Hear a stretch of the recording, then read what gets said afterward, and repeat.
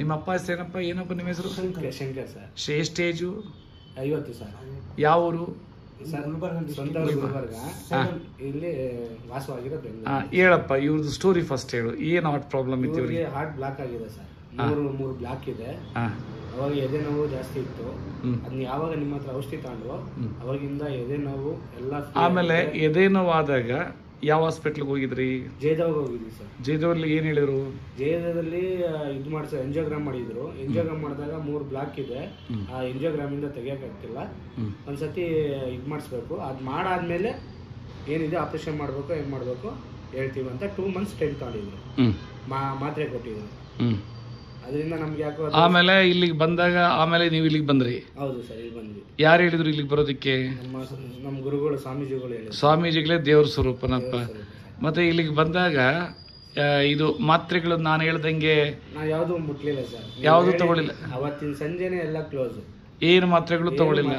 ಇಲ್ಲಿಂದ ಮಾತ್ರೆ ಇಲ್ಲಿಂದ ನಿಮ್ಮ ಹತ್ರ ಟ್ಯಾನಿಕ್ ತಗೊಂಡೋಗಿರೋದು ಮತ್ತೆ ಅಕ್ಸೆ ಬೀಜ, ಮಜ್ಜಿಗೆ. ಅಂದ್ರೆ ಆಹಾರನೇ. ಅಲ್ಲಿನ ಮಾತ್ರೆಗಳು ಏನೇನು ಬರ್ಕೊಟ್ಟಿದ್ರು ಕಾರ್ಡಿಯಾಲಜಿಸ್ಟ್ ಯಾವ್ದು ತಗೊಳ್ಳಿಲ್ಲ? ಇಲ್ಲಿಂದ ಏನ್ ತಗೊಂಡಿದ್ದೀನೋ ಅದನ್ನ ಮಾತ್ರ ತಗೊಂಡಿರೋದು. ಯಾವ ಡೇಟ್ ಶುರು ಮಾಡಿದ್ರಿ ಸರ್? ಆಗ್ಲೇ 9ನೇ ತಿಂಗಳಿಂದ ಬಂದಿರೋದು ನಾನು. 9-10ನೇ ತಿಂಗಳಲ್ಲಿ. ಹೇಳಪ್ಪ, ನಿಮಗೆ ಎಷ್ಟನೇ ದಿನ ಇವರಿಗೆ ಎದಿನ ಹೊರಟೋಯ್ತು? ಇಲ್ಲಿಂದ ಟಾನಿಕ್ ತಗೊಂಡು ಹೋದ್ಮೇಲೆ ಸರ್ 12 ದಿವಸ. 12 ದಿವಸ ಒಳಗಡೆ ನೋವೇನು ಆಗ್ತಾ ಇರಲಿಲ್ಲ. ಆಮೇಲೆ ಸ್ವಲ್ಪ ಕೆಮ್ಮು ಬರ್ತಾ ಇತ್ತು. ಆಮೇಲೆ ಎದೆನೂ ಯಾವುದೂ ಇರಲಿಲ್ಲ. ಟಾನಿಕ್ ಎಲ್ಲ ಖಾಲಿ ಆದ್ಮೇಲೆ ತಿರ್ಗಾ. ಆಮೇಲೆ ಕೆಮ್ಮು ಬಂದ್ಮೇಲೆ ಎಷ್ಟು ದಿನಕ್ಕೆ ಕೆಮ್ಮು ಹೊರಟೋಯ್ತು? ಕೆಮ್ಮು ಸ್ವಲ್ಪ ಆಯ್ತು, ಜಾಸ್ತಿ ಇಲ್ಲ ಸರ್. ಓಕೆ. ಮುಂಚೆ ತರ ಇಲ್ಲ. ಓಕೆ. ಎದೆನೂ ಮಾತ್ರ ಒಂಚೂರಿಲ್ಲ. ಒಂಚೂರಿಲ್ಲ. ಈಗ ವಾಕ್ ಮಾಡೋದಕ್ಕೆಲ್ಲ ಯಾಕೆಂದ್ರೆ ಇವು ನಿಮ್ದು ಎಜೆಕ್ಷನ್ ಫ್ರಾಕ್ಷನ್ 33 ಅಂತಿದೆ. ಅಂದ್ರೆ ಇದು ಏನೋ ಅದನ್ನ ಇನ್ನೂ ಇನ್ಕ್ರೀಸ್ ಆಗಬೇಕು. ಇನ್ನೊಂದು 3 ತಿಂಗಳಾದ್ಮೇಲೆ ಟೆಸ್ಟ್ ಮಾಡಿಸ್ಬೇಕು. ಯಾಕಂದ್ರೆ ಈಗಲೇ ಮಾಡಿಸ್ಬೇಕಾಗಿತ್ತು. ನೀವು ಮಾಡಿಸಿದ್ರೆ ಗೊತ್ತಾಗ್ತಾ ಇತ್ತು. ಕೆಲವರೆಲ್ಲ 1 ತಿಂಗಳಕ್ಕೇನೆ 30 ಇರೋದು 45-50 ಆಗ್ತಿತ್ತು 1 ತಿಂಗಳಿಗೆ. ಸೊ ಈಗ ನೀವು ಟೆಸ್ಟ್ ಮಾಡಿಲ್ಲ, ಅದಕ್ಕೆ ನನಗೆ ಗೊತ್ತಿಲ್ಲ. ಬಟ್ ಆದರೆ ನಿಮ್ಮ ಆರೋಗ್ಯದಲ್ಲೇನೆ ನೀವೇ ಹೇಳ್ತಾ ಇದ್ರಿ. ಹೆಂಗ ಅನಿಸುತ್ತೆ ಇವಾಗ? ಮೊದಲಕ್ಕೂ ಇವಾಗ ಕೇಳ್ರಿ. ಉಸಿರಾಡಕ್ಕೆ ಸ್ವಲ್ಪ ಇದಾಗ್ತಿತ್ತು ಸರ್. ಒಂಥರ ನೋವಾಗೋದು. ಉಸಿರು ತಗೊಂಡ್ರೆ ನೋವಾಗೋದು. ಇವಾಗ ಏನು ಆಗ್ತಾ ಇಲ್ಲ. ಹೆಂಗೆ ಧೈರ್ಯ ಬಂತು ನಮ್ಮಲ್ಲಿ? ಹಂಗಲ್ಲ, ನಮ್ಮಲ್ಲಿ ತಗೊಂಡ್ರೆ ಸರೋಗುತ್ತೆ ಅಂತ ಹೆಂಗ್ ಧೈರ್ಯ ಐತೆ ನಿಮಗೆ? ನಮ್ಮ ಗುರುಗಳು ಹೇಳಿದ್ರು.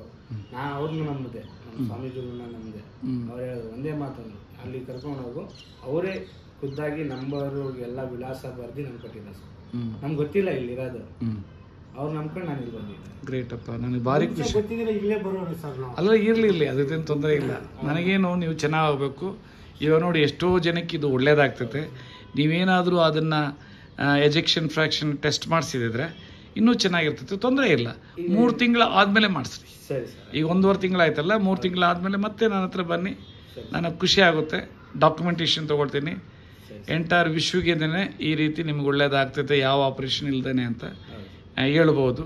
ಎಲ್ಲರನ್ನ ಅದನ್ನ ಸಿಂಪ್ಲೆಸ್ಟ್ ವೇ, ಕಡಿಮೆ ಖರ್ಚಲ್ಲೇ ಅವ್ರು ಎಂಜಾಯ್ ಮಾಡ್ಬೋದು. ಮತ್ತೆ ಬಡವರಿಗೆ ಹೆಲ್ಪ್ ಆಗೋ ಥರ ಇದಿದೆ ಸರ್.